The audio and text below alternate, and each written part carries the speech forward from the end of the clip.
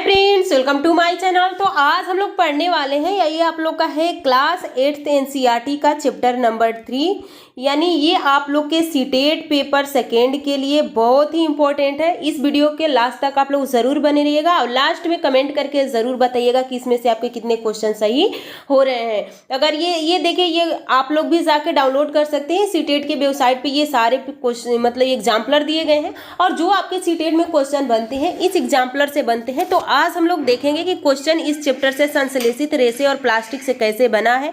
उसके बाद हम लोग थ्योरी भी आप लोग अगर थ्योरी की क्लासेस नहीं देख रहे हैं तो थ्योरी की भी क्लासेस चल रही है। फिर थ्योरी की क्लासेस पढ़ने के बाद हम लोग उसके बीच में से जो क्वेश्चन बनेगा उसको डिस्कशन करेंगे। उसके बाद प्रीवियस ईयर क्वेश्चन करेंगे और ये आप लोग के लिए काफी इंपॉर्टेंट है कि जो सीटेट एनसीईआरटी के वेबसाइट पे दिया हुआ है एग्जाम्पलर है उसको तो आप लोग को हर हाल में करना ही है।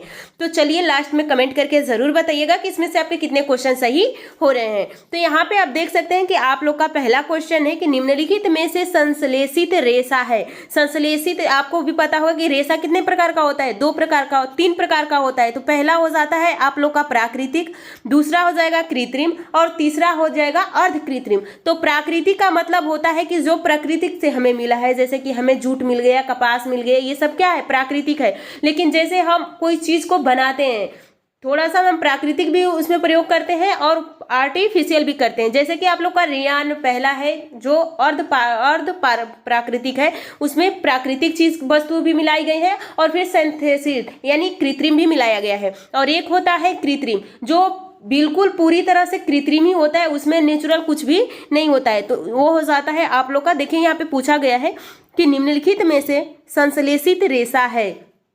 कपास आप लोग का क्या है, प्राकृतिक है। जूट क्या है, प्राकृतिक है। ऊन आप लोग का भेड़ और बकरी से पाया जाता है, तो ये भी क्या है, प्राकृतिक। लेकिन ये नायलॉन है। नायलॉन क्या है, नायलॉन संश्लेषित है और ये पहला संश्लेषित रेशा है जिसमें प्राकृतिक पदार्थों का प्रयोग नहीं किया गया है। अगला क्वेश्चन देखिए आप लोग। अगला क्वेश्चन दिया गया है कि निम्नलिखित में से कौन सा रेयान का एक स्रोत है, यानी रेयान किसके द्वारा बनाया गया है। आप लोग भी देखे होंगे रेयान क्या है, रेयान एक अर्ध कृत्रिम है, यानी इसमें प्राकृतिक भी मिला है और प्लस आर्टिफिशियल भी, दोनों मिला के ये बनाया गया है रेयान। तो वही पूछा गया कि रेयान का एक स्रोत क्या है, क्या उसमें ऊन हम मिलाते हैं, पेंट मिलाते हैं, रेशम मिलाते हैं या काष्ठ लुगदी मिलाते हैं, यानी कौन ऐसा चीज है जो प्राकृतिक है और उसे हम मिला के एक रेयान को तैयार करते हैं। तो देखिए, तो यहाँ पे आप देख सकते हैं कि जो ये काष्ठ लुगदी होता है ये पेड़ों से प्राप्त होता है और इसी का प्रयोग करके हम रेयान का निर्माण करते हैं। तो ये काफी इंपॉर्टेंट क्वेश्चन है क्योंकि यहाँ से क्वेश्चन आपके पूछे जाते हैं। अगला क्वेश्चन है, देखिए, पॉलीकाट बनाने के लिए मिश्रित किया जाता है, यानी पॉलीकॉट। तो नायलॉन और ऊन, पॉलिस्टर और ऊन, नायलॉन और कपास और पॉलिस्टर और कपास। तो यहाँ पे आप लोग का सही हो जाएगा पॉलिस्टर और कपास। तो यहाँ पे एक ट्रिक याद कीजिए, पॉलीकॉट, यहाँ पे देख रहे हैं पॉलीकाट,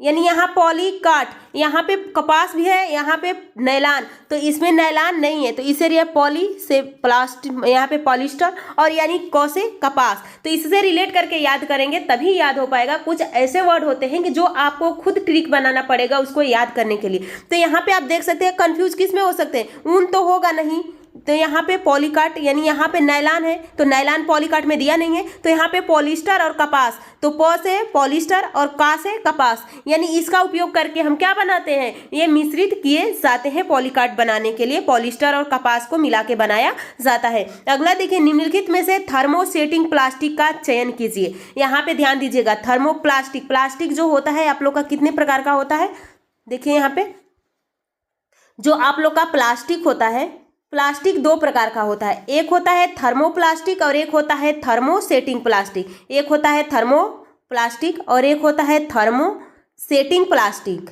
थर्मोप्लास्टिक का मतलब हम बार बार उसका प्रयोग कर सकते हैं। जैसे कि आपके गांव में भी खरीदने के लिए आते हैं लोग प्लास्टिक की बर्तन, प्लास्टिक की वस्तुओं को, तो वो क्या है, थर्मोप्लास्टिक है। लेकिन थर्मोसेटिंग, जैसे कि आप लोग का बोर्ड हो गया, तो बोर्ड जब आप बेचते हैं तो वो नहीं लेते हैं वो, क्योंकि वो थर्मोसेटिंग है, एक बार उसको ढाल देने के बाद दोबारा वो ढाला नहीं जा सकता। एक है थर्मोप्लास्टिक और एक है थर्मोसेटिक। थर्मोप्लास्टिक का परिभाषा होता है कि हम बार बार उसका प्रयोग कर सकते हैं। थर्मोसेटिक का परिभाषा होता है कि हम उसको एक बार प्रयोग करने के बाद दोबारा हम फिर उसको ढाल नहीं सकते। अगर उसको गर्म करके फिर ठंडा करके कोई वस्तु बना लिए हैं तो फिर हम उसको दोबारा प्रयोग नहीं कर सकते हैं। तो वही पूछा गया है कि थर्मोसेटिंग प्लास्टिक का चयन कीजिए। इसमें थर्मोसेटिंग क्या है, जो एक बार बनाने के बाद फिर दोबारा हम उसका प्रयोग नहीं कर सकते हैं। तो मेलामाइन, पॉलीथीन, नायलॉन, पीवीसी। तो यहाँ पे क्या हो जाएगा आप लोग का मेलामाइन और बैकेलाइन और मेलामाइन, ये दोनों क्या है, थर्मोसेटिंग है। अगला देखिए यहाँ पे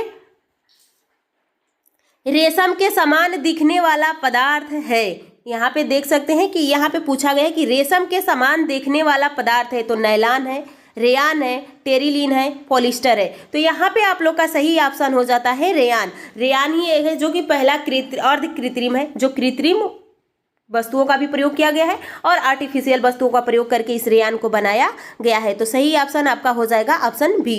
या अगला क्वेश्चन देखिए, खाना बनाने के बर्तनों के हत्थे तैयार करने का सबसे उपयुक्त पदार्थ क्या है? तो पॉलीथीन का, पीवीसी का, बेकेलाइट का, नायलॉन का। तो यहाँ पे क्या होता है आप देखते होंगे कि जो आप अगर कोई बर्तन खरीदते हैं तो उसके ऊपर कोटिंग की होती है प्लास्टिक की, वो उसमें भोजन नहीं चिपकता है, कुछ भी रखिए तो उसमें चिपकता नहीं है। तो खाना बनाने वाले बर्तन के हत्थे तैयार किए जाते हैं, वो कौन सा प्लास्टिक होता है? तो यहाँ पे हो जाता है बेकेलाइट हो जाता है। बेकेलाइट, मेलेमाइन, ये दोनों क्या है, थर्मोसेटिंग है। ये पीवीसी, पॉलीथीन, ये सब क्या है, पॉलीविनाइल क्लोराइड, ये सब पॉलिस्टिक, यहाँ पे पॉलीथीन पॉलिस्टिक हो जाएगा, यहाँ पे थर्मोप्लास्टिक और थर्मोसेटिंग। तो थर्मोसेटिंग से एक बार सेट करने के बाद दोबारा हम उसका प्रयोग नहीं कर सकते हैं और थर्मोप्लास्टिक को हम बार बार प्रयोग कर सकते हैं। तो यहाँ पे आपका सही हो जाएगा बेकेलाइट। अगला क्वेश्चन देखिए, निम्नलिखित में से कौन सा प्लास्टिक का एक सामान्य गुण नहीं है? जो प्लास्टिक है उसका सामान्य गुण क्या नहीं है? अक्रियाशील हो, भार में हल्का हो, तो ये तो उसका गुण है।